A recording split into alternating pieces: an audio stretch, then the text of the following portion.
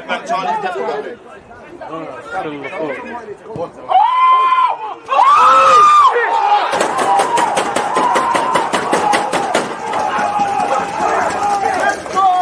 People deluded, I'm back again. Come on, Ian, bro. Come on. There's always just that active when defenders, I think, it's like.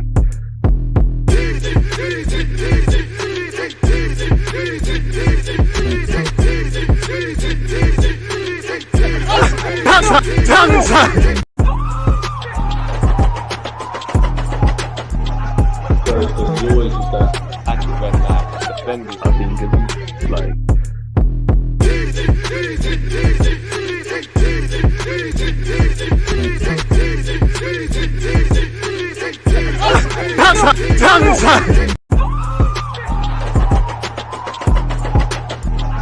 There's always just that active when defenders, I think, it's like.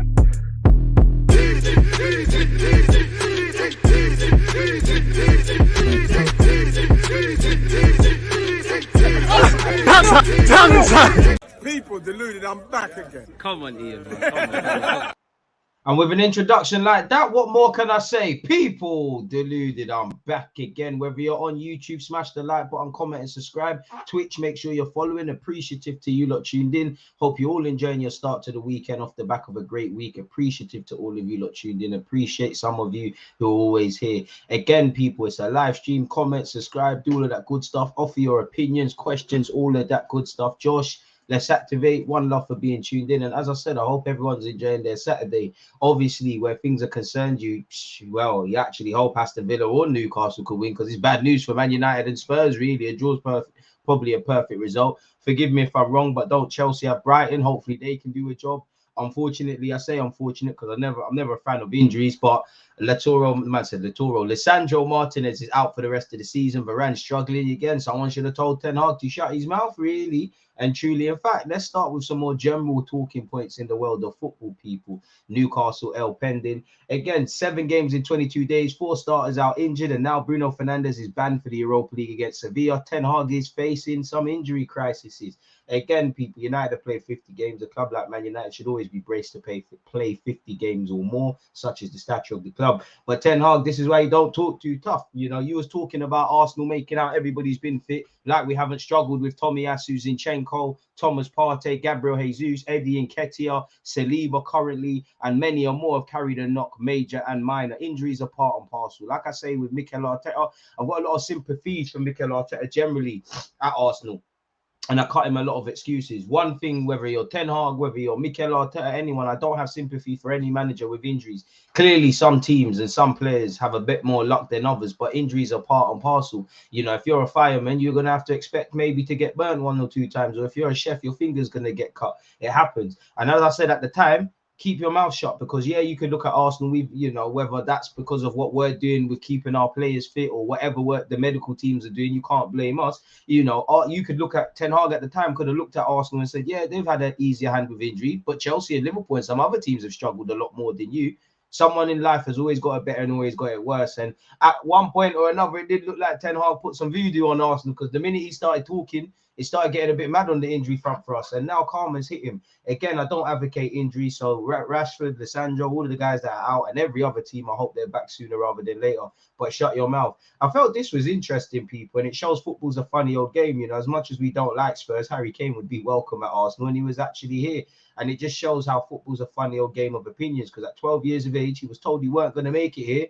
Now he's one of the best players to have ever played for England in terms of a striker. And he's got hella records and all these things, people. He was told he weren't good enough at age 12. Again, looking at it, he said, when I see Harry now, this is Roy Massey, a former scout of ours. When I see Harry now, I can't help but think back to when he was a star. I had 12 years old, sat with his mum and dad in my office as I told him he wasn't quite up to the standard we were looking for. That was the hardest part of the job, telling lads that Arsenal were letting him go. Next thing, Harry's dad came back in and told me he now wants to be a goalkeeper, and I thought the least I could do was to send him to work with our goalkeeping coach, Alex Welsh. Alex was one of the best in the business, and after just a few sessions, he told me, Roy, the lad is going to never make the grading goal. So this time, Harry had to move on. I know how much it hurt him. Some lads are lost to the game forever because they can't get over the disappointment. And you can see him here with Nico Yanaris, Chuck Saniki, Benny Kafobi, and he's become the best player and the most household name there. So you should never write off anybody, really and truly. You know, he went back, he signed, he was obviously been at Arsenal, Spurs, and Watford. And now he's doing what he's doing in it. So yeah, what a miss that would have been for us. Let's look at specifically what Mikel Arteta has said. True Gooner, Josh, appreciate you. Woozy, he's a pagan. He'll never get allowed. Every word for Mikel Arteta's press conference. Let's see what the gaffer has said. On team news, Saliba is still not available. He's progressing well, and we are hopeful we'll have him available in the next few weeks. But we'll have to see. Eddie is back and is fully fit now. Now, Mikel Arteta has played very quiet on Saliba's fitness, and you know where Liverpool's concerned. Well, we were hoping he'd play some part of the games before Liverpool. We knew at best he'd skip out Leeds and Crystal Palace, maybe play Liverpool. He didn't play. We still got a point. Obviously, there's 2 weeks to go before we play Manchester City. You know, we cannot look past West Ham United, nor can we look past next week at home to Southampton. But you hope Saliba is back for Manchester City. Pardon me. And I think it is quite positive because, again, pardon me, he's actually, you know, Arteta plays quite coy on certain things. He's learned from the Wenger and maybe Pep handbook. That's as specific as we can kind of get by Mikel Arteta standards. He said he should be available in the next few weeks. Now, that is subjective. We don't know when that's back. You know, we're going to hope you're back in 2 weeks for the City game. That could be City, that could be Chelsea, that could be Newcastle, that could be at the end of the season. We don't know. But hopefully he's back sooner rather than later. While I'm focusing on Saliba, to be fair with you, I'm happy to see Eddie Nketiah's back. We need every player. And yes, Eddie's now available for selection. He was then further asked about Saliba being back on the grass in training. He said he's not far from starting to do that. Obviously, we need to be cautious because of the injury, but he's evolving well. So he said a lot and said nothing at the same time. I really admire that. On if he's pleased at how upset the players were to concede at Liverpool, they should be. Well, I didn't even see that first sentence. As again, I love my gaffer. As he just said, as I just said, you should be. When you concede in the last few minutes, you have to be upset. We wanted to win the game, but as well, we have to be realistic. We have to accept that we had an exceptional period in the first half where we should have killed the game. Facts, gaffer. But the reality is, in the second half, we had some really tough moments where we had to dig in. We could have conceded a few goals as well, including a penalty. Big up Mo Salah. That was the game. And if he told them they need to prevent the way they felt after the game from happening again, well, of course, we tried to prevent that in many periods against them. We actually did it because they're going to have periods of dominance and periods where they get into that chaotic game they're exceptional at. We didn't manage to get out of that game well enough, and that's why we suffered. True words from the gaffer. On the impact of luck in the title race, you need luck in the right moments. Why that luck comes is really important. How you think about it and what's going to happen, it's another part of this sport. Sometimes it's about inches, and those inches need to go your way. On if we'll reap the benefits of concentrating solely on the Premier League. We want our players to be fit as possible and available. We've had some issues, especially in the last few months with some important players. We just want to have everybody fit and available to help the team. Offer your opinions. Don't forget to smash the like button. Twitch can keep doing what you're doing. Opta basically has Manchester City to win the league. I don't look at the league table, but Arteta, when asked, said, well, if you asked them at the start of the season, it would have been like that for sure. So nothing has changed. On if he envisions starting the season fighting for the table, for the league. Arteta, I think you're telling a bit of a lie, because I remember you was asked about this a few months ago. You said, kind of said, I couldn't have predicted this would have happened. But now, obviously, now we can't play coy. We can't really deny what's in front of us. Arteta and the players are being quite specific. Yes, you go day by day. There's so much that happens every single day, every month at a football club. You cannot really look ahead. The aim when I took the job was to bring the club back to where it belongs, fighting for and being around every single trophy that's possible to win at the highest level. That's what we're trying to do. On if he's ahead of schedule, we are happy with where we are. Now we have to finish the job and demand an extra bit from everybody. On Martinelli, he's playing more games, that's for sure. He's got another year of experience. He's got a huge understanding now with his teammates, the way he approaches every single session, the way he approaches his training, his life. He just has to be the best. When that happens and you have the consistency that he has in how he deals with every situation every day, only good outcomes are going to be in front of him. I'm not surprised about that, and he still has a lot of things to improve. I mean, seeing the all or nothing, get happy for Martinelli even more.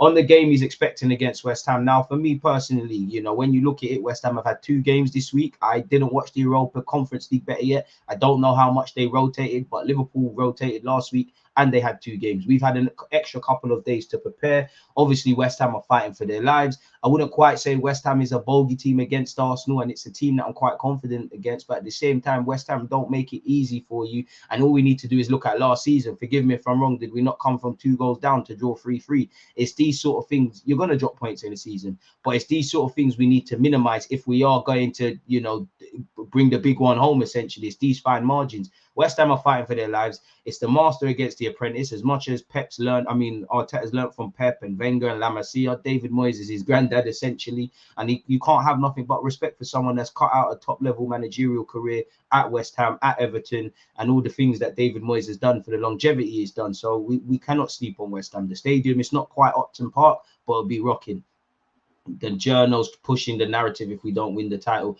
I mean, the journalists got they've got a narrative. They're only loyal to themselves, you know. Again, this season they haven't been able to write those articles of Arsenal lacking fight and everything wrong with the club. And you lot all know, if you're an Arsenal fan, and even if you're not an Arsenal fan, you know damn well the same recycled framework is said in every article. That hasn't been there. So they just been blowing hot smoke up at Arsenal, talking about what underdogs. Now it's crumbling, in which there is a degree of crumbling if we didn't win the title. But again, there's learning curves and we're overperforming this season. Arsenal need to go to the period now where if we're having seasons like this at periods now, we're expecting to bring it home. You know, this season can't be a positive blip. This now needs to be a marker. Obviously, such is life. There's going to be better and worse moments. Everything is going right. Individually, players are shining. The gaffer's doing his thing. Every week, we're seeing new groundbreaking statistics, and we're just happy to be here, you know. So, do you know how happy I am to more or less have confirmed Champions League football for this club next season? It doesn't matter what Man United, what Spurs, what Newcastle are doing. Doesn't matter if they're playing against each other.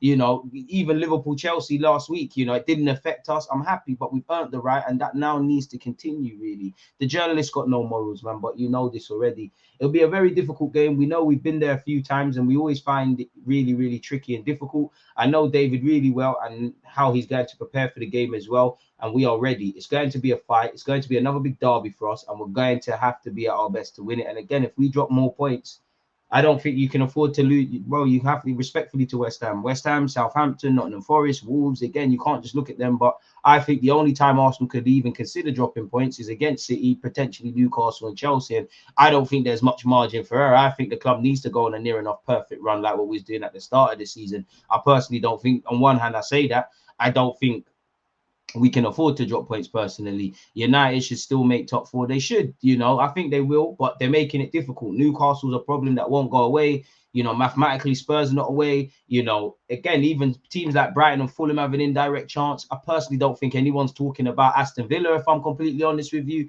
You know, Emre's doing well. And if you're a Man United or Spurs fan, you're watching that Newcastle Aston Villa game, you know, probably hoping for a draw. If at a push, I guess, even though mathematically Aston Villa are creeping into the spots, pretty sure, you know, if anyone had to lose today, Spurs and United fans probably be chanting for Newcastle United to drop points, man. Arteta is a legend here at Rangers. Pick him up, man, and shout out the Rangers ones. So yeah, I mean, what can he say? And he's bigged up David Moyes. What could he say? You know what David Moyes is. More than respect, I think it's admiration. I loved playing under him. I'd go for a brick wall for him when he was my manager, as everybody would in the squad. He's a really good coach, exceptional at managing the group and dealing with individuals. And he's a very special person, very trustworthy, and a man who honors his word. He always did it, and he's someone I learned a lot from. I mean, it's a typical Scottish trait. Them and they wear their heart on their sleeves. They take no nonsense. Not surprised to see he said that about David Moyes. Yes, some things in me that I didn't know, and he asked me to play in positions that I've never played in my life. The way he's challenged me, but at the same time, the way he gave me support, love, and care, it was the right balance, and it's what I needed. And he got the best out of me, so it was really, really helpful. He bigged up Aaron Ramsdale. You need individuals to perform at the highest level, and certainly you need your keeper to be impressive in certain moments. Ramsdale's made mistakes, like every player. But there's been several games this man has made big saves and kept us in the game. And you need that. You need your strikers to score. You need your defenders sometimes to be in the trenches. And you need your keeper to stand up to be counted. And I think individually, every player in their own way at this football club has done that. If Arsenal were to win the league, someone like Tomiyasu is not played to the standard he's played this season, made a mistake against City. But, he locked up Salah at the Emirates. How vital is that 3 points sort of thing? So he big up Aaron Ramsdale. On if he or the squad will watch the Manchester City games, we'll watch it just like other Premier League games. I don't think Benjamin White will, but He then went on and said, it was the same as when I was at other clubs. We're fighting for trophies. Just stick to what you do every single day. Be at the best you can be every single day and never give up, because there's always another opportunity and another moment. And especially in football, you have to be ready when an opportunity comes. On what taking things game by game means, it means exactly that. Don't get excited. We all know the ramifications of winning, losing, and drawing, but play the game. At this moment in the season, you need to play the games and not play the occasion. If you go into the City game, obviously there's certain things and start thinking, wow, this is a cup final, etc., etc. You will end up psyching yourself out. Just accept the level of challenge that you have with West Ham, with Chelsea to come, with Newcastle, etc., etc. Win your individual battles, focus on the game of football, and any positive or negative or talking points take care of themselves, isolated to the 90 minutes, just like all season, people. Talking about it, being demanding to each other, and creating an environment where nothing is more important than what is actually going to happen today. When that happens, everybody understands that you're present in the moment, and that is all you can control. On goal difference potentially being a factor in the title race, it could come down to that, which is why conceding those silly goals from set pieces and not picking up clean sheets, I feel, against Leeds, against Palace. Again, I'm pretty sure, you know, big games go either way, but we can see there's some cheap goals. Man United at home, I would actually say Brentford, even though it should have been ruled out, Bournemouth for sure. Several games where we won, lost, or drawn. So we need to improve in that regards, really and truly. And for the Champions League next year, make significant improvement in that regards, man. We think about every possibility. Obviously, we want to win matches first and earn the right to win them, and then we want to score as many goals as possible. But you have to be open to everything and any possibility. On if he would go all out attack at 2-0 to boost the goal difference. Every game is a different story. I mean, you got to win the game first. Big up yourself, Samuel and Sadiq. Appreciate you lot for tuning in. He then spoke about the 3-3 draw last season, which still sticks out and makes me a bit nervous. There were certain lessons that we had to learn from that game, especially the way we started the game, but also what we did afterwards, coming back from 3-0 down. For the supporters viewing, it's probably a great game to watch. Not for me, because we dropped points. But West Ham have that capacity to take the game into certain areas where it becomes a bit like that. And obviously, we want a different game. On what has changed since then, consistency in every ball that we play and the approach that we have in every game or away game that we play. That's why we are where we're at, because we have been consistent and performing at the highest level for many months right now. And that's something that before we didn't do. He bigged up Martin Odegaard. That obviously a game that took his status to a different level, because the game that he played, especially in the context of it, was in that period, and it gave him a huge boost of confidence as well for him to understand how good he is and how he can contribute to the team. He bigged up Zinchenko. He said he's in training, he's good, there's no issues. On whether he has been seeking Arsene Wenger's counsel about how to win the league, no, the boys who won the Premier League have brought something different to the team. They have experienced those moments, and they know with the context and opposition that we're playing against that you need to seek excellence.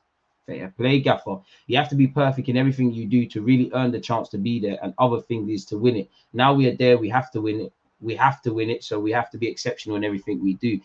I don't think anyone can disagree with what the gaffer said. I saw this on Opta, people, in relation to a preview of the game. I'm not too sure how much you lot can see, but I personally need to zoom in. Arsenal are the favourites to beat West Ham with the Opta supercomputer ahead of kickoff at 42.8%. The Gunners have won all 5 of their Premier League London derbies away from home this season with an aggregate score of 11-0. Hopefully that continues. Man said opinions on Xavi Simons, assuming you're talking about, you know, it's not a generic name, you're talking about the PSV one.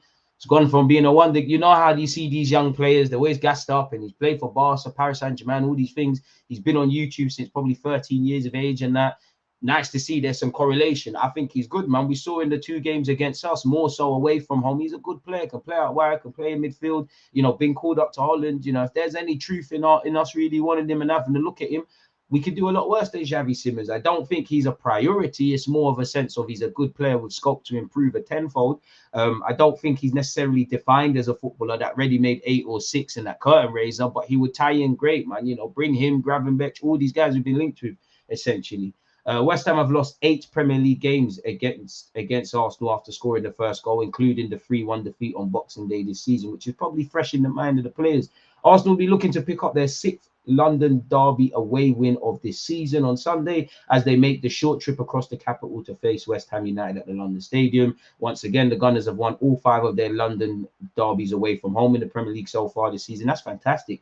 With an aggregate score of 11-0. Only twice before have they won 6 consecutive league derbies on the road, doing so in 1989 and March 2014. If West Ham are to stop Arsenal's title charge, then they'll have to improve their poor record against them. West Ham have won just 2 of their last 29 Premier League meetings with Arsenal. Hopefully that continues. Winning just 11 points from a possible 87 in this period. To be honest, there was a point where they had our number, really, where Marlon Airwood scored a couple. I'm sure there was a game Reece Oxford played quite well. I'm sure there was a game Declan Rice played all right. In fact, it says it's there. Their last league victory against them came at home in 2019, which Declan Rice, who's soon to be Arsenal player. Firmino, in my opinion, no, I'd rather have someone young, pacey, and hungry. I hear you on the Firmino thing, and I'm not necessarily for it, but I'm not against it. I mean, he's 31, 32. There's still a lot of years in the tank. Obviously, you're going to be physically declining. This all depends on the wages you'd give him and the length of contract, but Premier League proven. We've seen firsthand what Firmino can do. False 9 doesn't necessarily kill the pathway of certain players as well if we're scouting or they're emerging through the academy and all of that sort of stuff. So it'll be interesting to see, like, really and truly. So I'm not necessarily for it. I'm not against it. And would he necessarily be first choice? He would tie him with the squad. Time flies, man. Reece Oxford, you know, it's crazy. The black Declan Rice before there was a Deckers, really, but it didn't happen for him. Arsenal have often done it the hard way against West Ham in the competition. They've won 8 Premier League games against West Ham after conceding the first goal, including this game in December on Boxing Day. It's both the most wins Arsenal have against an opponent when conceding first, and the most defeats West Ham have against a side when scoring a goal in the competition, which is great. Apparently, Mikel Arteta remains unbeaten as Arsenal manager against West Ham in the Premier League, playing 6, winning 5, and drawing 1. Against no other side have the Gunners won more often under the Spaniard against them West Ham, while only Leeds, Everton have they scored more goals. We've scored 14 against Everton, 15 against Leeds, and 13 against West Ham. In the dugout, David Moyes has won just 1 of his last 24 Premier League games against Arsenal, losing 16 and drawing 7. With that victory coming with Manchester United in November 2013, all eyes will, obviously, we know Saliba isn't playing. We know that Tomiyasu isn't going to be there, and Ketia could be in the squad. And then they definitely won't be there, missing Skamaka. Again, other little things, man. I don't want an emotional game. I don't want us to go from behind. I just want us to bounce back from dropping 2 points at Liverpool and confirm the win. We need these 6 points, respectfully, to Southampton and West Ham, but we need it. And I definitely can't look to Southampton because we ain't done with West Ham yet. We'll be live at 1 p.m. tomorrow to do a watch along. If you're on YouTube, check the pinned message, better yet. But we need 6 points. After that, it's the big one against City. You know, we need to. We're dropping 2 points against Liverpool, and the times and the periods we have dropped points this season. Southampton, Man United away, Newcastle at home, Brentford at home, Liverpool in terms of being in a winning position, and I might be missing out another one. It's these points we've kind of got to chase, really. As great as it's been, if we're now trying to fight for a league title, you just wish you could claw back these points. You know, the Premier League, if VAR done its job, we might have an extra 2 points on the board. Them times where we couldn't buy a win on the opening day of the season, man, we've come a long way. I went to school with Reece Oxford, big him up, man. He's earning money, he's doing his thing. I used to see Donny on 4th Street. He must have been about 17. I see him with some real grown looking women. Say he was living a movie, and he's earning peas. But yeah, it is what it is in that regard. So hopefully we can do this thing, man. Arsenal are unbeaten in 5 successive away games in all comps since we lost to City and Everton. Hey, even Everton, that was our worst performance of the season. We just weren't at it. We didn't do enough to beat Southampton, Newcastle, in my opinion, or Brentford, isolated with VAR. Everton, we just weren't. That's our worst performance of the season. Like, we just weren't in it at Goodison Park, essentially. Apparently Arsenal have won 11 Premier League games this season. That's amazing. Only winning more on the road in 01-02 and 04-05, where in 01-02 we had 14, in 04-05 we had 12. The Gunners have the most wins, 11, most points, 35, most goals scored, 30, and fewest goals conceded, 11 of any team away from home in the Premier League this season. Away form has needed to improve, and it has. And that gives me confidence. As I previously said, it's not that I'm not confident at the Emirates, but I just think we're better away from home, if I'm honest with you. I just think, not so much Liverpool, but I just feel there's that added bit of focus. I feel the neutrals would, apart from the Liverpool game, maybe Aston Villa. I feel if you're not an Arsenal fan and you've just been following Arsenal this season because we're doing what we're doing, and the neutral in you's just following Arsenal, it's probably at the Emirates where the games that have been filled with the most dramas, if I'm completely honest, man. It is what it is. All right, you're local, but yeah, man, so it is what it is. West Ham have lost just 1 of their last 7 home games in all comps. That came against Newcastle. They got battered 5-1.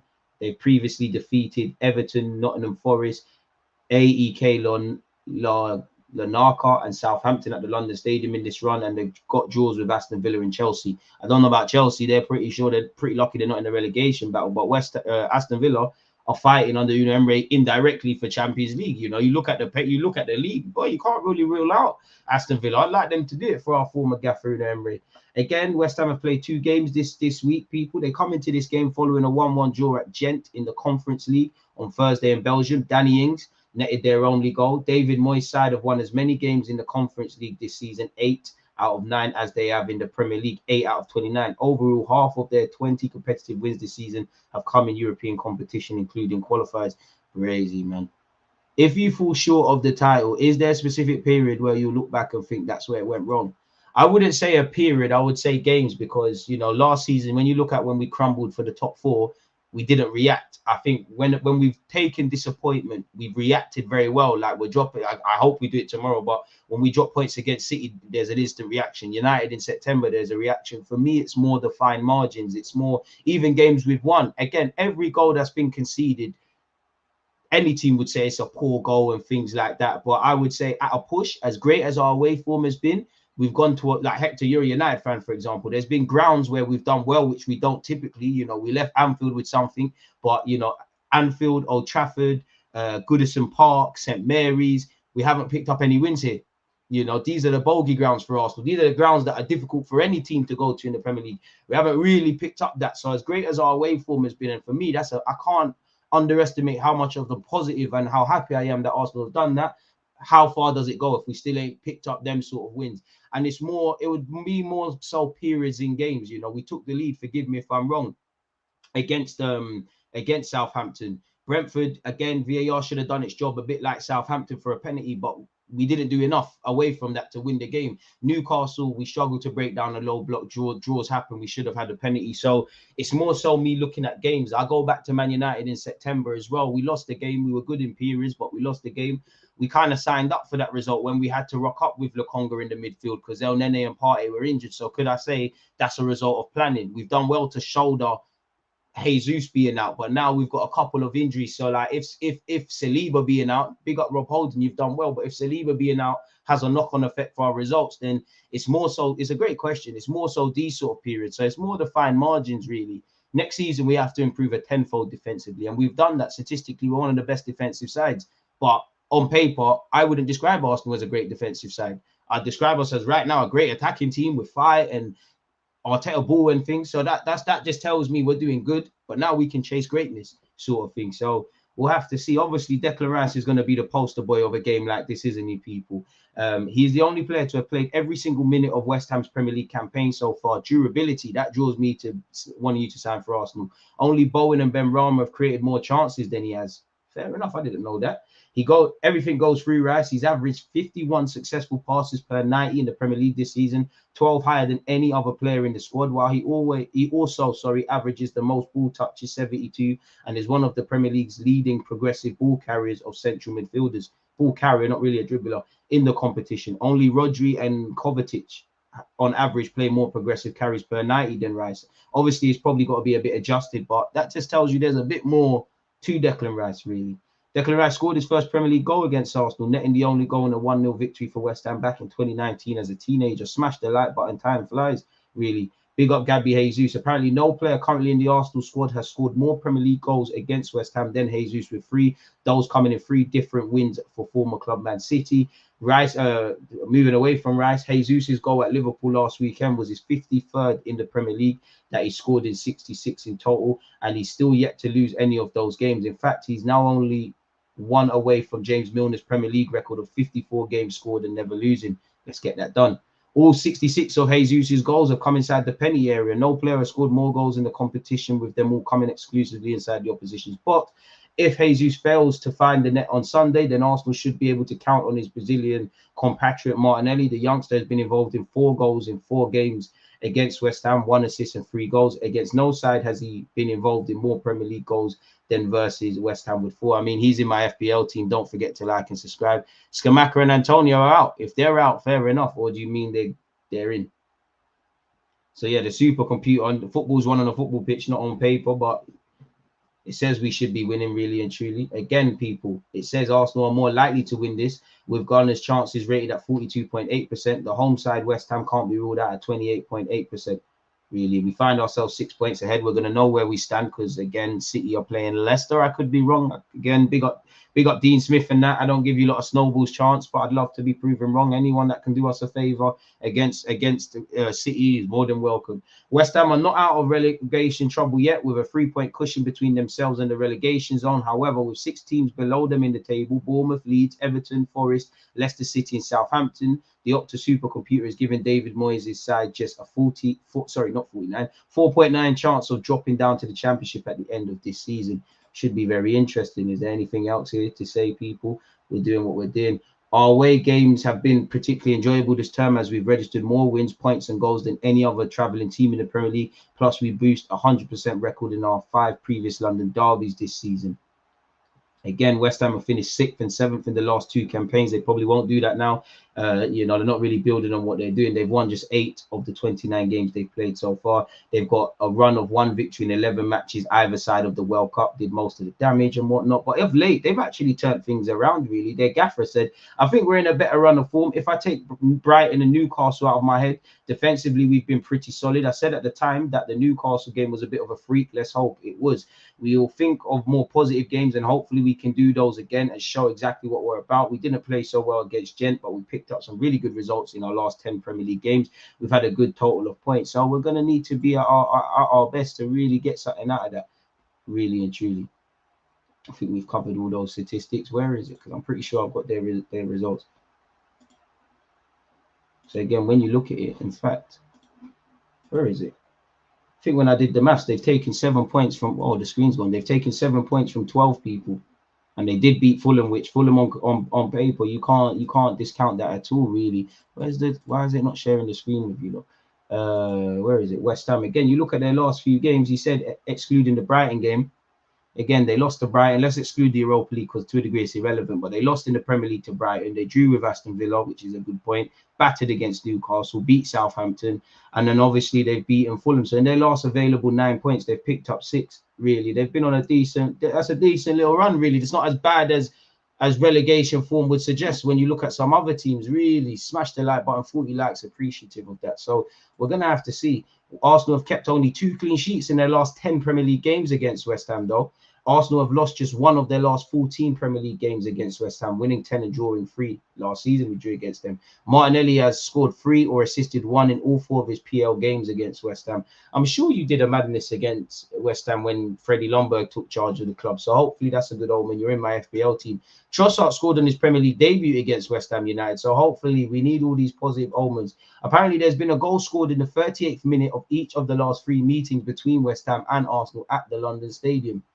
So we'll have to see in that regards. We'll get onto this transfer new stuff in just a moment, but we need to preview the game. Obviously, in relation to the lineup, it probably won't be like this. But again, when I look at West Ham, they're a team that can harm you. Fornals will drift inside. Bowen will have the half spaces. Fornals will do the same. Cresswell will probably provide some traditional width. Kofau, I'm pretty sure, will be a more traditional sort of fullback if it was to go this way. Antonio is more likely. If I'm Mikel Antonio, respectfully, I'm going to stand right next to Rob Holding and try and pull him into wide areas and things like that. Or I'm just going to try and be a physical threat. So we need our 2 Arsenal centre-backs to be on it, really. Danny Ings, a man that could harm us if given chances. He'll probably work the channels and play off Mikel Antonio, really. Knock balls into him, give and go. It's almost like at Mikel. Oh, we don't need 2 footballs. Mikel Antonio is going to be the battering ram sort of thing. And I expect Danny Ings, who scored midweek, forgive me if I'm wrong, to take up these half spaces if the game does go on a positive stance.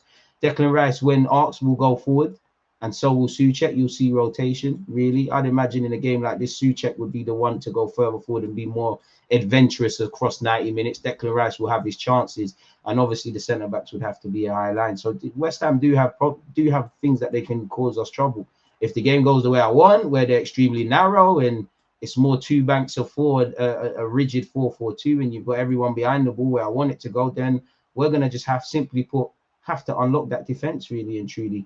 Again, Benjamin White, I don't know if it's because Holding's in the team and you haven't really got as much confidence in him, with the greatest of respect to Rob Holding. But for me personally, Benjamin White and Saka, I know Saka had some good moments against Liverpool, was involved in the goal, but you set yourself high standards. I need to see you flying forward and doing what you're doing. Benjamin White, keep doing what you've been doing this season. Jesus, I need you to run everywhere. I need you to give everybody stress. Odegaard, you know, Saka, Benjamin White, Odegaard, I need you lot back to business in a game like this. Martinelli, you're one of the first names on the team sheet. Let's keep it going, really. Zinni, I need you to fly into midfield. It's the same stuff, what we've been doing. Granit needs no introduction this season. Gabriel and Holding, it's a day for the trenches. Thomas Partey, you're the handbrake of the team. And obviously, Ramsdale, you do what you're doing. So hopefully we can suffocate them. For me, I'd go with the same lineup. I feel a bit sorry for Trossard. I wish that we could play 12 players. Trossard does not deserve to be dropped. But I do like how Jesus has returned since his injury. And we need these players to play because these are the moments we bought these guys for, if I'm completely honest with you. Zinni speaks for himself. You could put in Tierney, but I'm still rolling with Zinni. I think go out there with the same team if everybody's fit. The midfield in Xhaka, Partey and Odegaard, there's not much of a choice in it, and they all deserve it. Saka speaks for himself. The whole team speaks for itself. The only issue is Trossard. He's in form. He's doing quite well. We need experienced heads, but Martinelli is one of the players that everyone's in form, but really, really in form. And why kill it? He's playing well. He's one of the first names on the team sheet. Just keep doing what you're doing, innit? In the free Gabbies we trust, man, said Super DG Teta, DG on the gaffer thing. Not really. I just love football, man. No Saliba in this game, even though Arteta did say he's improving and hoping he'll be back before the end of the season. I mean, if there's one game he's got to be back for, surely it's got to be Man City, man. But injuries happen, innit? We're going to have to get on with it. Certain managers were talking about injuries, and now on paper, they've lost their top goal scorer in Marcus Rashford and their two centre-backs, two World Cup winners in Varane and Lisandro Martinez. Boy, Rey Mysterio, it's peak. In Lindelof and Maguire, we trust, eh? Hello, I'm being silly, but yeah, I'd probably go with this. The only thing is Martinelli or Trossard, really and truly. Maybe now it's time to rest Saka low key. I hear you, and you're not wrong. And let's remember, Saka did have a little break. He came off the bench against Leeds, but he did have a little break. And I hear you, you're not wrong, but fam, why? Like, we need 3 points. We're trying to bring this title home, allegedly, because I don't check the table. But why? Saka's one of our top goal scorers, one of our most decisive players. Play your best players. If anything, take them off. And we need 6 points going into that Man City game. The margins for errors are not there. We can't afford to drop points again. Really. In an ideal world, Leicester surprise everyone. We go out there and beat West Ham. We need to win. If anything, you can hold these players off. I agree, but I disagree. Obviously, Trossard, out of the front three options we've got, give or take with Jesus, he's probably the guy that could probably slot in the most everywhere. You know, everyone can play a couple roles. Saka can perform off the left. Martinelli can perform off the right. But clearly, the right-hand side is Saka's thing. Martinelli the same. You know, obviously, Jesus can play all around. But since you signed for Arsenal, it's to be the number 9. Trossard hasn't played in Odegaard's role, but he can play in Odegaard's role. He's shown he can perform off the left. He's shown he can perform as a false 9 when the game's right, not so much coming off the bench against Anfield. Shown he can play off the right. So you're not wrong, and he is in form, but I don't feel comfortable taking Saka out, if I'm honest with you. You know, like Saka to us is Mo Salah to Liverpool and Kane to Spurs and all these things. Like, if anything, do your job, rub West Ham out. You can come off by the 60th, 70th minute, and then we can look towards Southampton. So you're not wrong. And not that I think Saka deserves to be dropped, but on form alone, if we pretend Saka don't exist, smash the like button for a second. You're right, Trossard could play, but nah, man. I think we've finally got a couple players back. There's a couple games left. Play your best team, man. Go out there, win the game. If anyone needs rest, take them off, man. Like, what are we resting people for? You know, I'm sure Saka don't want to be rested. And I'm sure he wants to play in these decisive moments, really. I know City have more depth, but they're not just going to rest Kevin De Bruyne and Cole for the sake of it. And I hear you. And I'm not saying you, but many people are sitting there saying, boy, one benefit of Arsenal going out of the FA Cup, the League Cup and the Europa League, we're focusing on one competition.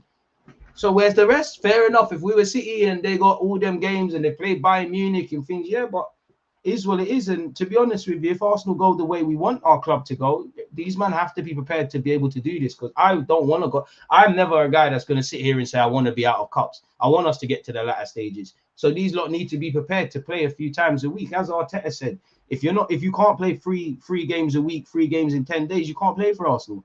If we're winning 3-0 at West Ham second half, I'd like to see Trossard in the Xhaka role. I'm not on it, man. I'm not on it. I don't think he lacks the capabilities to play there, but I don't think it's the time of the season to be experimenting and things. Fair enough, if we're 3-0 up and, you know, it looks like it's done, then I hear it, but I'm not really for it. I don't think right now is the time to experiment. Yeah, you can make a case of Saka getting a little rest to bring in Trossard, Eddie maybe even getting some minutes, maybe being a bit cute and clever with giving Tierney some minutes. But in terms of changing the dynamics, I agree. Generally, I think Trossard could do it. I'm not really for it at this moment in time. You know, while I like the fact that Arteta has been playing a couple players in different roles and they've been doing well, I don't think now's the time in the season to do all of that. Why City's tempo is going to be intense, a big game. These men can't be looking sluggish like last week. I mean, we do have Southampton. I'd let Jesus and Saka rest, bring Jesus on 60th minute, Saka 75th. Do you mean off? Or don't play if results are right? Fair enough, but that's assuming, you know, you're going to have to draw for them if the game's not going our way. I hear you, you're not wrong, but we need 3 points. Saka and Jesus make us stronger to get that. We don't have the luxury of the depth that City have. And to be honest with you, the next step is for when players are rested, that we don't miss them. And unfortunately, you know, when Saliba's not there, you see it. If Benjamin White's not there, you see it. Granit Xhaka against Bournemouth at home, you saw it. If Saka doesn't play, you see it. Jesus, Eddie's done well, but you see it. Play your best players, man. Play your best players. I mean, we're talking about rest. West Ham have played twice this week. You know, as long as they've been fit, as long as they're fit and ready to go, rest is a real thing, but play your best players. No one's going to care about rest if you don't get 3 points. But it is right, though, man. But it's an interesting point. But play your best, for me anyways, play your best players, really and truly. I think we've seen that. I think in fact, we haven't seen this. So, yeah, looking at this, people, looking at transfer news, I've done a video a few years ago on Nathan Wood, and he hasn't really hit the level I thought he would. But Fabrizio Romano has said Nathan Wood's attracting interest after the 2002 born centre-back has impressed on his England under-21 debut and has been outstanding for Swansea this season. I understand Tottenham and Arsenal are monitoring his performances closely. Swansea looking to try and extend his contract to prevent summer move. Away from that, as we know, Balogun allegedly won't play for Arsenal next season unless guaranteed 11 starting 11 spot. I don't think that's fair to Balogun. I don't think he can sit there and say I need to be guaranteed to play ahead of Trossard, Martinelli as false nines, or even Jesus. I think he wants to see where he is.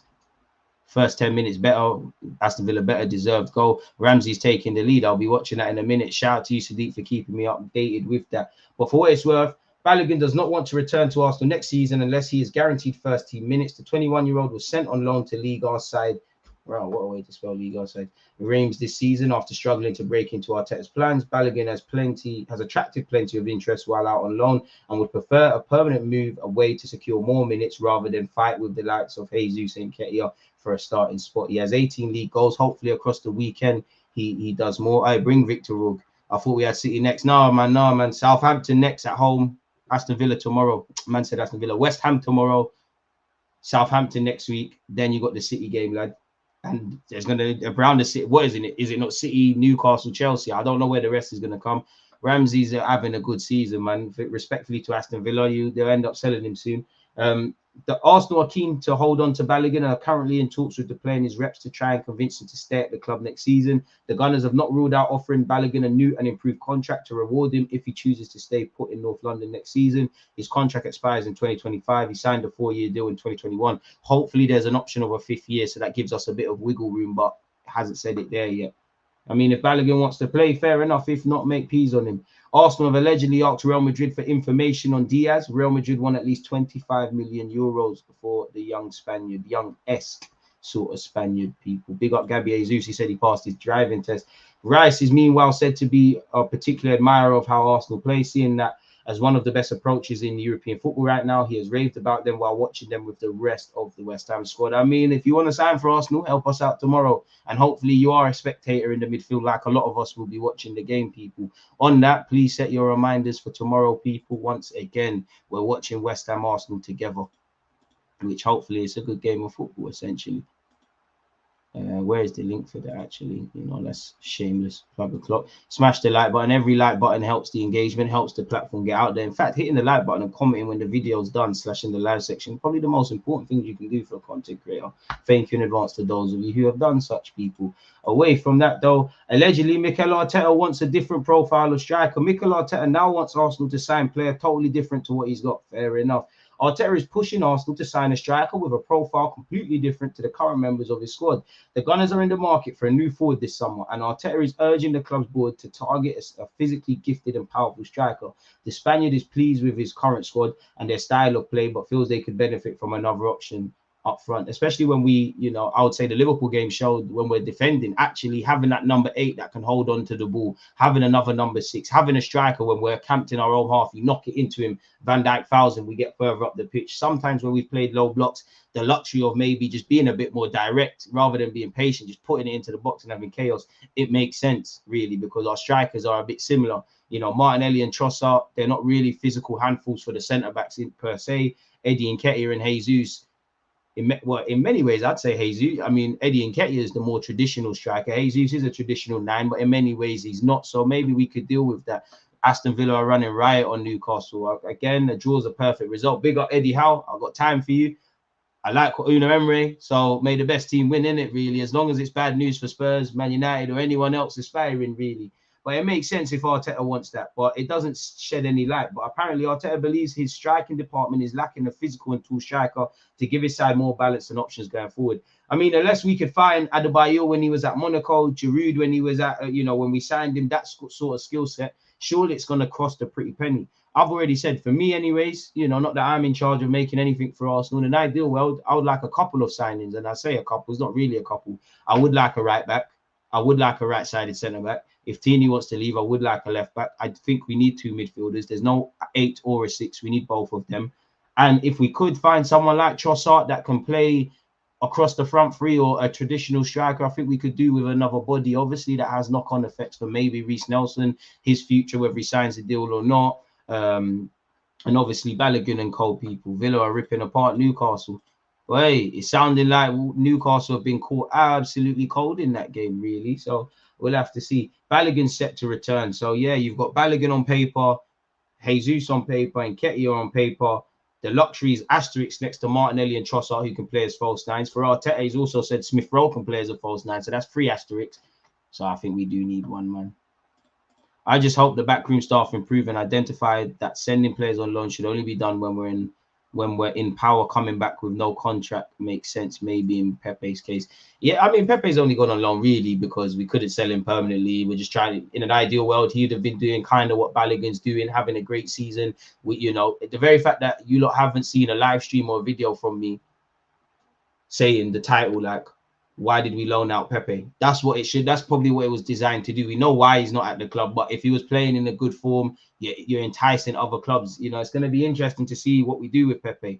Do we loan him out again and pick up a couple of million in a loan fee rather than just letting him sit on his hands for a year? Potentially earns 140k a week, one of our top earners, without it correlating on the pitch. Essentially, do we rip out his contract? We've seen Edu say a few months ago, when a player's at that sort of age, he didn't mention Pepe, but when a player's of their mid-20s, they're earning a lot of money. He literally said it can kill you. So it'd be interesting. But did Pepe not change agents last summer? His club knew, or better yet, his advisors knew whether it's going to be a permanent spell at Nice, back to France or elsewhere, that they've got a year to find a new place for Pepe. He's doing okay at Nice, but he's not doing amazing. It's come somewhat same old. Apparently, it's understood Arsenal want 30 million to sell Balogun this summer. His exit would accelerate the club's search for a new striker. Big up you lot's talking points, man. Elite stuff, and appreciate you lot. Again, apparently Arsenal set sights on signing Ollie Watkins. Apparently, Aston Villa are in talks to give him an upgraded contract. We've been linked with Dominic Calvert-Lewin as well. I mean, he's on 75k a week, so he'd definitely earn a lot more than that. Arsenal pay probably the same wages as Pepe, really. But I don't really buy that. I think there's an admiration for Ollie Watkins. I think once upon a time, we probably did want to go for him. Really. What's Arteta said on Ramsdale here? When we played against him, he's been really good, probably against the odds, because when you see where he's came from after getting relegated twice, it was difficult to imagine it. But I think we saw that character, that charisma, that personality to play for our club, and he had the potential and qualities to fit into our way of playing. He then said when he's on the phone to him, I said, let's do it because you have that feeling, you sense it mentally. Any question you ask him, he's ready for it. He has no fear. He just looks at the challenge ahead of him. Big up Arteta and Aaron Ramsdale, and we're happy to have you, Aaron, here at the club. Former Arsenal player could be signing for Man City. Man City in the race to sign ex-Arsenal sensation Kobe Mattel. Never heard of the 16-year-old, but apparently he's currently at Portsmouth under 18s, and I assume he either left Arsenal due to whatever or he was released, but it shows it's not where you start, it's where you finish. And at 16, if you could go to City, learn and play there, you have a career and be sold elsewhere, people. He's become a wing-back allegedly after being a right winger, so no clue why he's been released, but you join a very competitive side. You see what City do and what it does for your career. So whatever that means. I mean, this article linked us with Vlahovic, people, but it seems the website has died, unfortunately. And we was linked with Musa Diaby once again. I want to go straight to the points, people. In addition to PSG, Arsenal and Newcastle from the Premier League are among the favourites. Newcastle, currently third in England, wanted Diaby in the winter. At that time, Bayer Leverkusen was not ready to give up his striker, their striker. Google Translate not helping us. The race to catch up should not be jeopardised. The calculation works for Leverkusen. Most recently, there were 9 games without defeat, 7 competitive wins in a row, the best series in 21 years. That's good, but what does this have to do? Apparently, Newcastle made a bunch of signings, blah, blah, blah, and now they're looking at him again. It won't fail because of the money. Leaders, Arsenal keep in touch. So again, we're keeping in touch where he's linked. In relation to Ryan Gravenberch, Thomas Tuchel has weighed in on the Bayern Munich midfielder, the young Bayern Munich midfielder's future. He did well when he was subbed on against Freiburg. I'm not thinking any further than Hoffenheim right now. He's a candidate to start or come on during the game. I mean, he's part of your squad. That doesn't really say much, really. Said, I see his qualities in training. It's hard to try things now, which Bayern Munich are still trying to do what they're doing, isn't it? He's training well. He's an 8 who can turn and dribble very well. Now it's about being patient. It's about fighting to be here. Fair enough. Gravenberch, if you lot miss it, apparently said, to be honest, yes, I am frustrated. You want to play, but the manager chooses other players. I have to accept it, but it's difficult. I was hoping for more minutes, but I have to be quiet in my head. That's true. And he's drawn interest from Liverpool as well, people. Apparently, Gundogan was linked with a move to Barcelona in the last 24 hours. His agent has weighed in on such, and he said, I'm surprised about the news regarding an agreement being closed, as there's no full agreement with any club right now. It's not yet decided where he'll play in the coming seasons. His only focus right now is Manchester City. So his agents come out and said maybe those reports are somewhat premature, people. Should we see what Goal.com has said in relation to Arsenal? Or why is it not? It never refreshes the page properly, does it? Always have to scroll up quite bad. We've been linked with Xavi Simons, but apparently Balogun wants to be part of the first team. Arsenal keen on signing PSV star Xavi Simons, allegedly, according to reports from Spain, emerging on a Dutch player, moving to an English club. Football's universal, but I always try and look at the primary source of the article. Pardon me, we've made a shock inquiry about Kante. That's a myth. We're interested in Zaha. I think that's a myth. Balogun's been linked with Leipzig and, about 20 other clubs. We've spoken about Gravenberch and Ollie Watkins and obviously Balogun. We've been linked with Baku. There could be a reunion for Bruno Emre's former player, Reece Nelson. He's been linked with Aston Villa. We've revised talks for Yuri Telemans. We're linked with Sol. We've been linked with Onana of Everton. We're going back in for Caicedo in the summer. We linked with Theo Hernandez and Dominic Calvert-Lewin, Vlahovic once again, and obviously Declan Rice, folks. So it all depends where you look at such people, if I'm completely honest with you. 51 likes, let's keep going. Would you take this fullback called Andre Santos? Shh, you're moving, man. Arteta should be on top of his game in terms of game management at the Etihad to take away something from that game. Fine margins, and you're right. Every agent is linking their players to Arsenal. Watkins is not Arsenal level. Entering the Champions League next season, we need top talents. We need the right talents, but you're right. I think Arsenal do have an interest and an admiration for Ollie Watkins. We probably scouted him in previous years, but I'm with you. I think with us getting better, it's not that we could ever discount Watkins and what he could do for Arsenal if Arteta wants him. We've probably moved away from them sort of guys, really. And as we've seen, you never quite know how far or close or away players are for signing for clubs. Diaz looks a good player, but I want a more physical, strong midfielder. We already have lightweights in Odegaard and Fabio Vieira. We probably do need some more athleticism, if I'm honest with you. You're not wrong in that. It would be nice to get a Caicedo, a Declan Rice, a Onana, a Manu Kone, Zubamendi, who's very cultured. I'm all for it, man. I'm all for it. Really. I just think if we don't, it's not even, I don't like the word upgrade because I think Partey and Xhaka have done well, but if we don't upgrade our options in midfield, I think we'll suffer next season.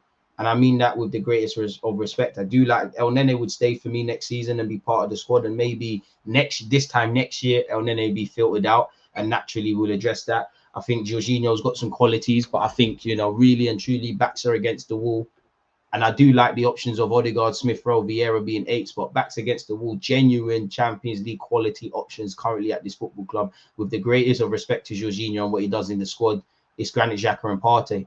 And as we know, even though Partey's kind of been fit for the majority of this season, you're never quite fully confident there. I do like Xhaka. I think he's done well, but it's not even that there's limitations on him. I just think we need someone that can take this to the next level. Xhaka's very good technically. He can dictate the tempo. The game kind of runs through him, but I don't think we have that We need if we could get Zubamendi, could be our Rodri. If we could get our own Thiago Alcantara or a press resistance number 8 and another 6, I really think we'll be laughing, man. We definitely need some PMP in midfield, at least one with some tech. Xavi Simons is very forward, but what position could he play for me? Xhaka, I hear that. Arteta needs to stop having a fully fit Tini on the bench every damn game. It's annoying.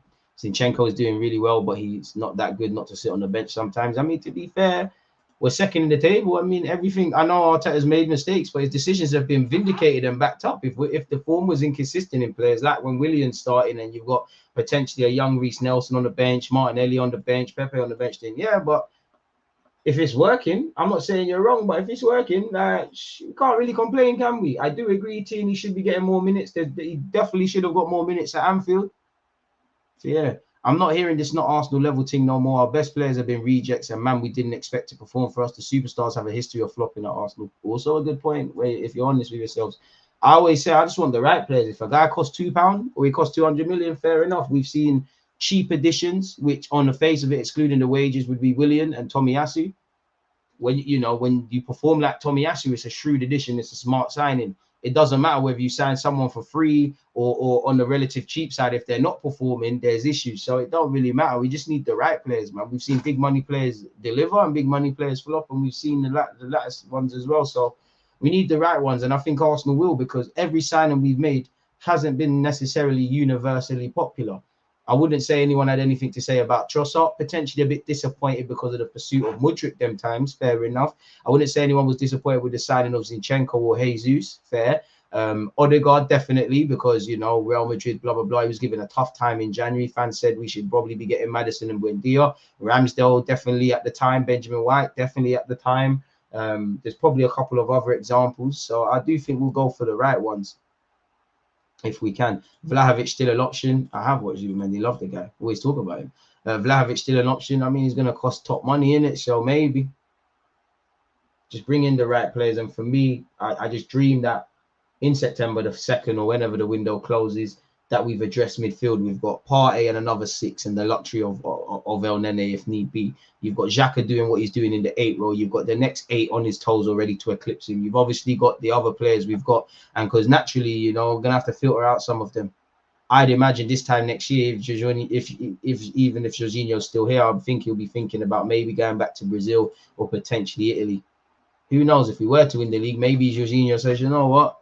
It's not that I want to leave, but I've completed life in England with Chelsea and Arsenal. Now I might cut out, so bring in the next one. I like Jorginho, I really do. I just feel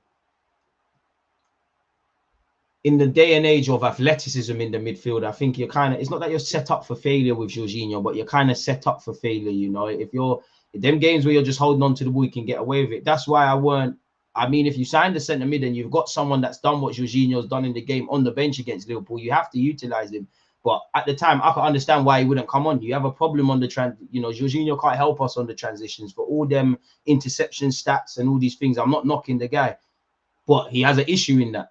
You saw what Liverpool were doing. We'd be setting them up for failure. A big part of the manager is to know certain games are for certain players and certain periods in which Arteta's game management can improve. Second half, it was time for Kieran Tierney being in the trenches. First half, Zini could do his thing.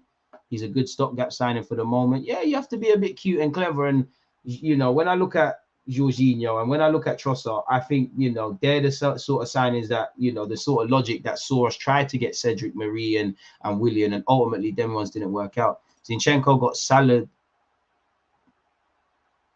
by a way off form. Arnold that caused the second goal. He's right. I mean, people make mistakes, Tierney as well. I mean, Zinchenko got sauced. He has to hold his hands up to that, and that's why sometimes you need to play a defender. As much as I like Zinchenko, he's not a traditional defender. You saw that against, was it Crystal Palace or Leeds, whichever goal where it started from their half to ours and he's kind of turned his back and he weren't alone. Obviously, he's got nutmegged because he's not gone side on to Trent Alexander-Arnold. I mean, off form or not, Trent is one of the best players there is in this position. He's a Premier League footballer. He's going to be able to do their moments in it, really and truly. So I'm not going to nitpick and get on to players with that. That's where the manager has to utilize. You could see second half, Zinchenko, you need to come off in it, and we took too long, really. I would say more how Arteta maneuvered the Sporting Lisbon two-legged tie. I think when I've seen that against Villarreal and Olympiacos, I think Arteta has a problem with managing them things there. You know, away from home, I would have personally preferred to have seen our first choice defenders. And he went, you know, away from home, he kind of messed around with our back five. And then he kind of did the flip side and messed around with our attackers when we need to win the game at home, really. And I also think 2 games that there's also been times, you know, Trossard's come off the bench against United and impacted the game. There's been several times subs have made the difference for Arsenal this year. But there's also been times and periods where I think Arteta's took too long to make the changes. And when he's made the changes, it's had a knock-on effect at Old Trafford, Man United in September, where we made the changes and ultimately we conceded a few moments later. And I like the principle of going with the back 3 at Liverpool, but how we tried to run it, it never happened, didn't it? So just like the players, as good as Arteta is, and as much as I love him at this club, there's many things naturally he could do better. There's not a single player, beyond the obvious exceptions, that's a finished article, or at least the players at this club that we think can really, really be something in football. Saliba, Saka, Martinelli, none of them. Edu as a director is not the finished article. Mikel Arteta has a lot of potential and getting a lot of plaudits, but he's not been there, done it, wore the t-shirt. He ain't got Champions League on Wikipedia in the honours section. He ain't got Prem. He's got FA Cup and a League Cup. Great. And, you know, if I was a harsh non-Arsenal fan, I'd say, wait, the man there won it when it was COVID and there was no fans and all these things, really. So no one's the finished article at this club, man. If anything, that was a setup issue. Exactly. Can't be leaving Zinchenko on his ones like that at any point, literally setting him up to fail. We know his deficiencies, can't be leaving him exposed like that. It's a twofold, because for me, end of the day, Zinchenko's he's not a donut. He's not an idiot. He's a professional footballer. You're your old man. You know what you need to do. I'm sure they've showed you the analysis and these things on Salah. But I agree with you. You need to know when to deploy certain players. If you've got a fox in the box and you know you're playing 2-man mountain defenders in an opponent at centre half, they're going to be very rigid. You're setting them up for fail. You know, if it's a game where you need pace, someone that can press the back 4 and stuff, and you're playing your 6'5", not the fastest kind of hitman, and you know it's not a game for being direct, you're setting them up for fail. So again, being a bit more pragmatic could have been the case for Arteta. His hands were tied. It would have been lovely to if Tomiyasu's there, maybe Tomiyasu would have started for Zinchenko. I think he definitely would have come off. Obviously, if we had El Nene and Nketiah fit, we might have been able to see out the game. But again, injuries happen. We can't keep waffling about that and using that as an excuse. You know, we signed up for it. How many games do Arsenal need to win the league? I don't know mathematically, but I don't think you can afford to lose a game. I think you could, if anything, depending on what City do, I think there's only scope for 1 loss and 1 draw. I don't know what mathematics say. And I also don't check the league table, as you lot know, so I don't even know about winning the league. Where are we at? How many games have we played? It's April, so have we played 15, 16, 17, 18, 19, 20 games yet? I don't even know. I just take things game to game. I don't even know. I don't even know how many clean sheets. I don't even know who Arsenal's top goal scorers is. You know, is where it is. I hope we get Caicedo or Zubimendi. They should be priority in my opinion. They'd be lovely.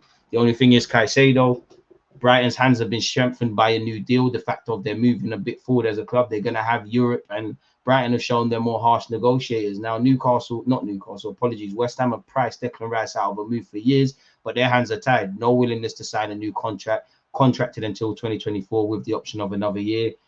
If you're not, you're probably going to get a decent fee, but not as much as you could have got this year. So imagine next year, really. So the best thing for West Ham is probably to avoid relegation, and whether Declan Rice rocks up at Man United, Arsenal, Liverpool, City, Chelsea. Only one I'd rule out is Spurs, but you never know in this life. Things will happen. I hate the back 5. It doesn't work for us. As soon as we switched to that, I knew we'd concede. Now the back 5 works for us. I just think we show naivety. We're not of that level yet where we can just switch our formations or switch systems, and the players are just, it's like streamlined. You know, we're still kind of naive in that. I don't know why. I think away from the obvious, I just think we were sitting back way too deep in the second half against Liverpool, and we knew there was going to be periods of that. But I just think we were camped in our own. We're inviting pressure really in the first half. For rightly or wrongly, it's like we knew the problems. We know you don't want to get caught on the counter attack against Liverpool, but it's like we knew that, we comprehended that, but we said, you know, if it happens, we'll take a chance. And I think we was a bit too timid in the second half. We got eaten alive essentially. I do hope Arteta gets a strong midfield in the summer so we can have alternatives. You're not alone. I think everyone in this chat probably echoes that, you know, and I think that's the next step in terms of progression for our football club. Essentially, if we don't do that, then you know, we're going to be in issues. And my biggest problem, and the thing I'm going to look for with Arteta now, obviously it's not really anything to do with Arteta, but definitely since we've got to the Emirates, regardless of if we've been, which we haven't really been, we've had a couple campaigns where a league title shout has been done, but we haven't been challenging for the major honours. For me personally, definitely during the Emirates, we love being just one piece short of the puzzle. Like there, you got Ozil, No, for years we had a decent striker. You don't have a 10. We get Ozil, you don't have a striker. You get a striker, you don't have a defensive mid. You get one good centre back, you don't have another one. You got a good left back, you got a shaky right back. You got two good fullbacks, you got no centre backs. You got a good back four, you don't have a good keeper. We love being not so much under Edu and Arteta, but that's kind of been us. And I hope that's not the case now, because it's not really the thing. We've got a good squad. We need to add depth. But you could see with just mainly centre mid, as we've been alluding to, with a couple more bits and pieces, you've got a good squad, a very good squad, man. Like, we've assembled a really good squad. Like, again, I'm probably gassing it, but in a day and age where you don't need to be worth much to not to belittle anyone to be worth 100 million. We've in terms of the DNA and the players we've sourced and the resale value and their best days in front and longevity, we've done well. You know, there could be a reality where you could demand 70 all the way to 100 mil for Odegaard, for Martinelli, for Saka, for Saliba. Again, I'm moving a bit feverish, but look at the piece. Still haven't replaced the likes of Cazorla. Have we even replaced Vieira? Exactly, bro. Do you know what? Patrick Vieira, I see you in Barbados. Do you know what? You, Thierry Henry, Santi Cazorla, train for a week under Jack Wilshere, even train for a week under Mikel Arteta. Let's see your fitness levels, man. We must be able to. You're technically free transfers. I swear they can be registered at any time. But yeah, Santi Cazorla would be. Imagine Santi in the midfield right now. That is what we need. Press resistant, back himself under pressure. That is in that Xhaka role. Respectfully to Granit, that is what is needed, in my opinion. If you're on Amazon, if you're on Twitch, subscribe with Amazon Prime. Don't forget to follow on Kick, folks. Monday we will be streaming Football Manager on Kick. Twitch after, but Kick as well. Don't forget to miss out on that. Saka said in an interview that the upcoming City game is like a semi-cup final game at a major tournament. Play like it then. And that's great for Saka, but you need to deal with West Ham and Southampton. That's in front of you at this moment in time. And West Ham next week, but West Ham tomorrow, really, in 24 hours. Again, on that topic, we'll be watching the game tomorrow. So let's hope it's a good one, really. And there's a link if you're on YouTube. But with that being said, I'm off to watch what's left of Newcastle Aston Villa. I'm off to do some spring cleaning, really and truly. I appreciate you lot's talking points, tuning in with myself. Again, hopefully tomorrow is nothing less than 3 points business for Arsenal. You lot stay safe, stay blessed, enjoy what's left of your weekend. And Saturday, I'm out. There's always just that active red flag. Defenders, I think, it's like